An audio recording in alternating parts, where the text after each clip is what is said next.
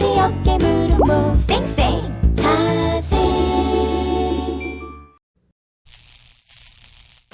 무엇이든 물어보세요. 자생한방병원 척추관절 상담소입니다. 안녕하세요. 저는 자생한방병원 한의사 김노현입니다. 오늘부터 척추관절 상담소 대망의 시즌2가 시작되는데요. 오늘부터 새로운 마음으로 출발할 게스트분을 모셨습니다. 한의계 매력남 고원일 원장님을 모시겠습니다. 안녕하세요. 네, 안녕하세요.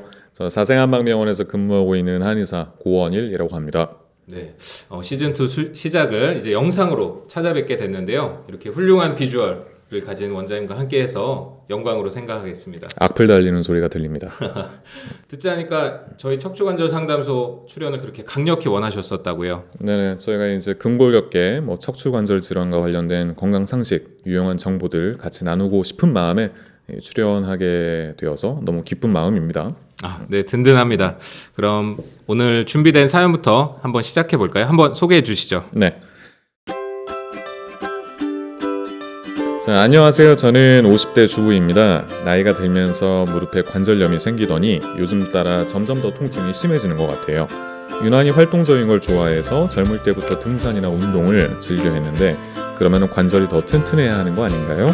좀 걸리는 게 있다면 평소 짜게 먹는 편이긴 한데 이게 이유가 될 수 있을까요? 이러다 아예 외출하는 것도 힘들어질까봐 걱정입니다. 자, 원장님 오늘 사연자분의 고민을 해결을 해드려야 될 텐데 네. 평소에 운동도 많이 하고 활동적인 거를 즐겨 하신다는데 왜 갑자기 통증이 심해졌을까요? 사연 속에 좀 답이 숨어 있을 것 같은데요. 어떻게 숨어 있는 거죠? 일단 주인공의 잘못된 식습관이 관절을 아프게 하고 있을 것 같습니다. 본인 스스로가 짜게 먹는다고 생각할 정도면 주변에서 봤을 땐 정말 짜게 드실 수도 있는데요.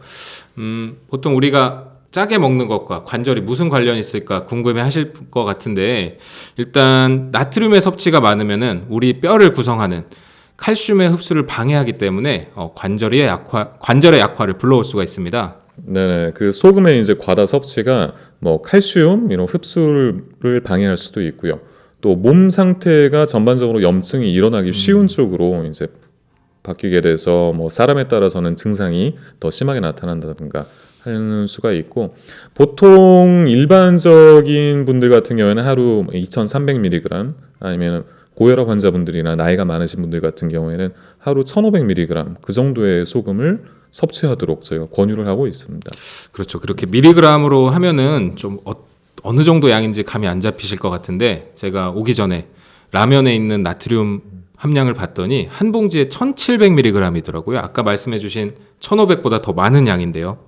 네네. 그런데 오늘 주인공 같은 경우에는 이제까지는 괜찮았었는데 갑자기 이제 통증이 심해졌다, 증상이 나타났다라고 말씀을 하셨는데 그런 이유가 있을까요? 일단 나이가 들수록 관절도 같이 늙어가기 마련입니다. 하나 이상의 관절에서 관절염이 발생하는 비율이 15세에서 44세까지는 5%에 불과한데 45세가 넘어가면서부터는 30% 이상으로 급격히 증가하거든요. 특히 65세 이상에서는 60% 이상, 즉 절반 이상이 관절염에 좀 노출돼 있다 이렇게 생각하시면 되고요. 보통 일반적으로 남성분들보다 여성분들이 관절염이 더 쉽게 걸리는 걸로 알려져 있죠. 사연자분도 그에 해당할 것 같은데요. 네, 관절도 이게 빠르게 늙는다니까 그게 참 슬픕니다.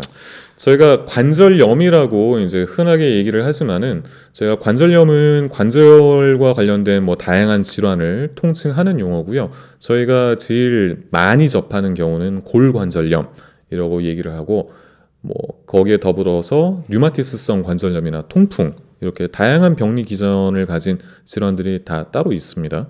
이제 골관절염 같은 경우에는 노화 그리고 사용에 따라 연골이 손상받고 거기에 골 마찰이 일어나고 여기에 따라서 파생된 염증으로 증상이 나타날 수가 있는데 일을 하시다가 사용 후에 아프다, 집안일 후에 아프다, 관절 마디가 그리고 자기 전에 아프다 그런 경우에는 이런 골관절염을 의심을 해볼 수가 있겠습니다.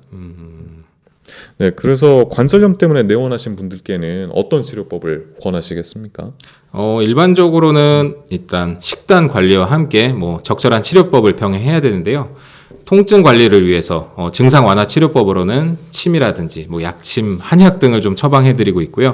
결국에 이 관절이 퇴행되고 악화되는 걸 방지하기 위해서는 자세 교정을 위한 뭐 추나요법이라든지 아니면은 운동 관리를 통해서 좀 증상을 줄일 수 있도록 좀 도와드리고 있습니다. 그런데 이제 식습관 교정이라는 게 그게 하루 아침에 바뀌는 게 아닌데 짜게 먹는 사람이 안 짜게 먹기가 쉬운가요? 그렇죠. 뭐 기호에 달린 거기 때문에 딱 뭐 소금 양을 줄이십시오 이렇게만 하면 쉽지 않을 것 같은데요. 일단은 뭐 국그릇의 크기를 좀 줄여서 아니면 건더기만 먹는다든지 해서 좀 국물 섭취를 좀 줄이시고요.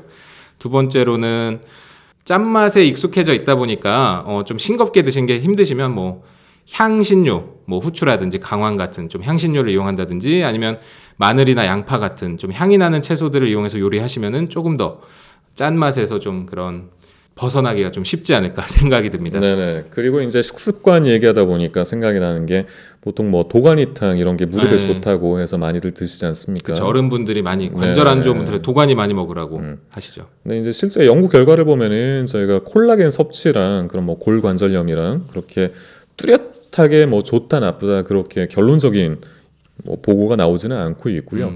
아무래도 그렇게 많이 드시다 보면은 그 국물에 있는 뭐 소금이라던가 아니면 뭐 지방 같은 게 너무 과식하실 수가 있기 때문에 적당히 드시는 게 좋겠다. 그렇게 말씀을 드리고 싶네요.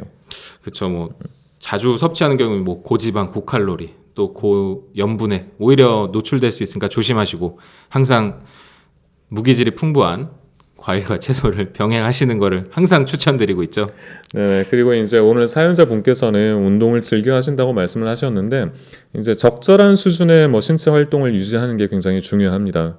이제 너무 운동을 안 한다, 신체 활동을 안 한다로 한다면은 무릎을 구성하고 있는 뭐 근육들이 약해져가지고 관절의 불안정성이 야기될 수도 있고요. 또 반면에 뭐 달리기라던가 뭐 등산, 줄넘기 이걸 너무 과도하게 하시는 경우에는 무릎에 충격이 누적이 될 수 있기 때문에 그것도 역시 바람직하지는 않습니다. 그래서 저희가 증상이 나타난 이후에는 그거를 뭐 그때 가서 운동을 열심히 하려고 하시는 것보다는 증상이 나타나기 이전부터 꾸준하게 관리를 하시는 게 좋겠다 그런 생각이 듭니다. 그렇죠. 방금 지적해 주신 대로 자신에게 맞는 운동법을 찾는 게 중요할 것 같은데요. 의료진과 꼭 상의해서 본인에게 맞는 운동법을 찾으시는 걸 좀 권유드리고요. 한 가지 더 말씀드리면은 방금 무릎의 충격이라고 하셨는데 과체중의 경우에도 무릎의 충격이 좀 증가할 수 있잖아요. 그래서 적절한 식단 관리를 통해서 체중 조절도 꼭 병행돼야 될 것 같습니다. 네, 깔끔한 마무리까지 감사드립니다.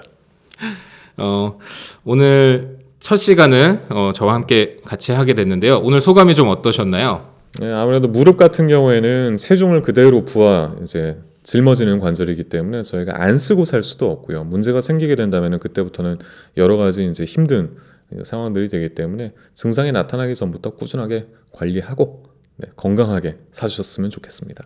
네, 오늘 좋은 정보 감사드립니다. 자생 척추관절 상담소 이제 아쉽지만 오늘 문을 닫아야 될 시간이고요.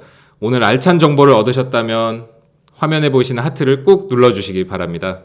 그리고 아직 궁금증이 해결되지 않았거나 사연을 보내고 싶으신 분은 지금 바로 댓글을 달아주세요. 저희는 다음 주 목요일에 다시 한번 찾아뵙겠습니다. 감사합니다.